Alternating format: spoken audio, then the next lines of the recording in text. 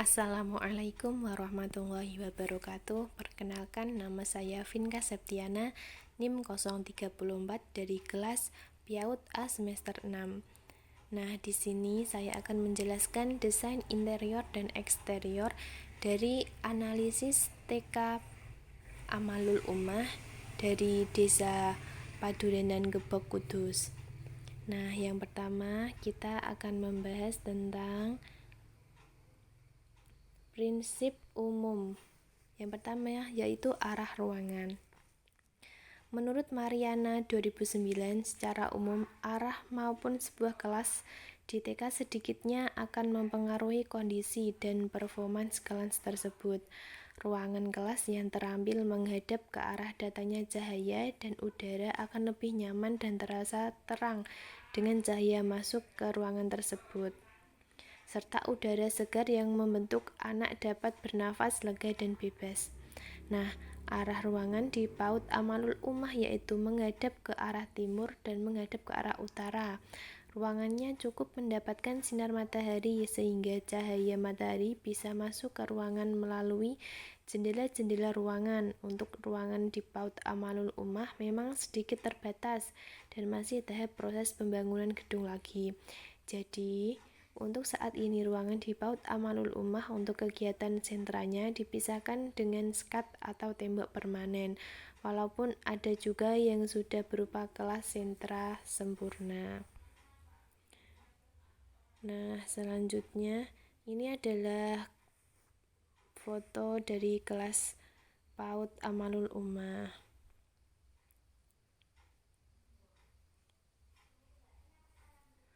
Nah, selanjutnya kita akan membahas tentang ukuran ruangan. Menurut Mariana 2009, banyak lembaga pendidikan prasekolah menggunakan ukuran 105 cm per anak sebagai ukuran luas minimum dalam aturan pemberian izin pendirian sekolah. Ukuran 105 cm persegi per anak dianggap cukup untuk anak-anak usia 4-6 tahun. Dipersyaratkan untuk memiliki tempat aktivitas tambahan. Untuk anak usia 4-6 tahun, ukuran 120-180 cm per anak akan lebih mencukupi. Namun, ada pula pakar yang menganggap cukup ukuran 105 cm persegi digunakan di TK selama ruangan tersebut terpisah dari bak cuci tangan, loker, dan lemari kabinet. Contoh luas ruangan PAUD 50 meter idealnya dapat digunakan untuk APE dan perlengkapan bermain dengan maksimal 15 anak. Nah, kalau di PAUD Amalul Ummah mempunyai ukuran ruangan 6 x 4 meter dengan rata-rata 8 anak per kelas. Untuk ruang kelas terbagi menjadi 2 kelas lagi yang dipisahkan dengan skat. Nah, selanjutnya ada lantai. Pada umumnya, anak-anak cenderung lebih rentan mengalami kecelakaan. Mereka seringkali bermain tanpa memperhatikan lingkungan serta bahaya yang mungkin timbul dari sekitarnya. Anak-anak seringkali bermain hingga membuat lantai menjadi basah dan licin akibat tumpahan cairan atau makanan. Salah satu alternatif pemecahan yang dapat dilakukan untuk mengatasi lantai yang licin adalah dengan menggunakan karpet. Di samping untuk mengatasi masalah licinnya lantai, penggunaan karpet juga dapat mengurangi jumlah meja dan kursi yang diperlukan, membuat lantai menjadi halus, mengurangi kerusakan akibat benda yang timbul dari dalam kelas. Lantai di PAUD Amalul Ummah lantainya masih biasa, terbuat dari keramik berwarna putih, tapi untuk kebersihannya dijamin bersih karena pengawasan dari para guru-gurunya. Penggunaan karpetnya pun digunakan saat dibutuhkan saja. Selanjutnya yang keempat yaitu atap dan langit-langit. Struktur bangunan atap TK yang ideal adalah yang memiliki ketinggian yang berbeda. Hal ini dimaksudkan untuk mengakomodasi peralatan dan media pembelajaran yang memiliki ketinggian yang beragam. Variasi dalam ketinggian atap akan membantu mengontrol bunyi atau keributan. Di samping akan terasa melegakan dan menyenangkan, ketinggian atap yang dianjurkan adalah 3 meter sampai 3,3 meter. Tinggi langit-langit dengan ukuran 2,1 meter terlalu rendah, kecuali jika ruangan tersebut hanya untuk satu anak. Langit-langit di PAUD Amalul Ummah ini saya rasa masih kurang menarik. Nah, karena untuk atap langit-langitnya hanya terbuat dari plafon yang berwarna putih, polos saja dan tidak ada hiasan-hiasan sehingga untuk atapnya menjadi kurang menarik. Nah, seperti ini. Plafonnya masih berwarna putih. Nah, selanjutnya yaitu penataan dinding dan pemilihan warna ruangan. Dinding di PAUD Amalul Ummah, yaitu pada dindingnya terdapat beberapa hasil karya anak yang dipajang, dan untuk dindingnya terdapat juga gambaran edukasi besar memenuhi dinding agar terlihat menarik bagi anak, dapat memberikan semangat pada anak untuk bersekolah. Nah, seperti ini. Ada gambar anak, ada gambar. Sebentar, ini ada gambar kuda.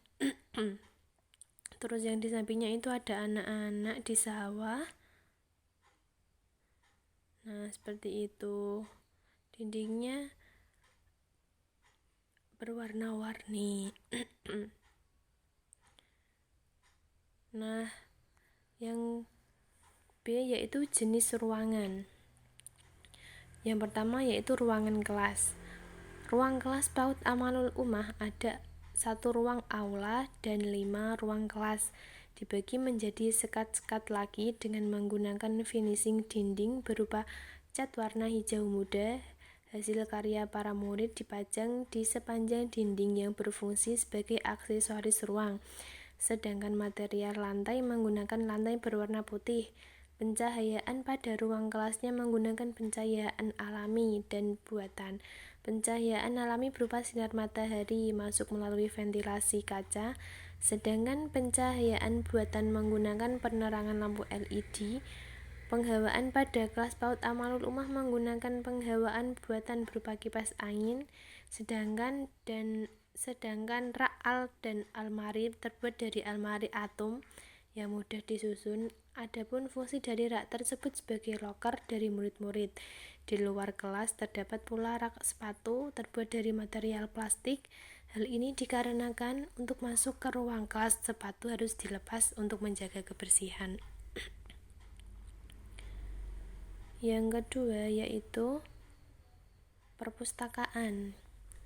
Perpustakaan merupakan sarana yang sangat penting di TK. Anak dapat mulai belajar mencintai buku. Kegiatan yang melibatkan buku ini merupakan sebuah pengalaman yang bermakna bagi anak walaupun mereka belum mampu membaca. PAUD Amalul Ummah belum mempunyai perpustakaan pribadi. Untuk buku-bukunya tersimpan di lemari yang terbuat dari plastik atom yang ditaruh di kelas masing-masing. Tidak mempunyai perpustakaan pribadi karena terbatasnya biaya lembaga. Selanjutnya yang ketiga yaitu ruang tidur. Bagi sebagian sekolah, ruang tidur atau ruang istirahat ini sangat dibutuhkan, terutama bagi TK yang menerapkan full day school. Pemisahan antar tempat tidur lebih baik dilakukan dengan partisi sehingga memudahkan pengawasan daripada memisahkan secara permanen dengan menggunakan pintu. Pengaturan ruang tidur anak-anak dan perempuan sebaiknya ditempatkan secara terpisah. Di PAUD Amalul Ummah menggunakan ruang aula sebagai ruang tidur anak-anak.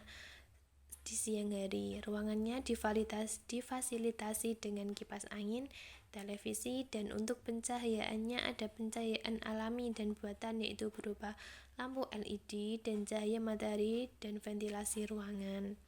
Jika di dalam aula digunakan untuk ruang belajar dan terdapat bangku-bangku atau sekat-sekatnya, maka pada saat jam tidur sekatnya dibuka, kemudian guru menata tempat tidur seperti kasur, bantal, dan sebagainya. Yang keempat yaitu ruang makan. PAUD Amalul Ummah juga menggunakan ruang aula sebagai ruang makan. Sebelum aula ditata menjadi ruang tidur, sebelumnya anak-anak disiapkan untuk makan bersama terlebih dahulu. Setelah itu, toilet training, baru disiapkan tidur siang. Untuk pengawasannya, membutuhkan pengawasan ekstra karena anak makan masih banyak yang berserakan. Jadi, para guru bersiap sedia membersihkan semuanya. Selanjutnya yaitu gudang. Setiap TK diharapkan memiliki ruang khusus atau gudang untuk menyimpan barang yang harus tersimpan di dalam ruangan yang tertutup dan aman, seperti bahan-bahan pembersih, alat-alat drum band, alat-alat pembelajaran, dan barang-barang penting lainnya. Di PAUD Amalul Ummah mempunyai gudang, tetapi cukup sempit. Hanya muat untuk menyimpan barang-barang yang jarang digunakan, karena untuk berkas-berkas penting tersimpan rapi di etalase yang ada di kantor guru.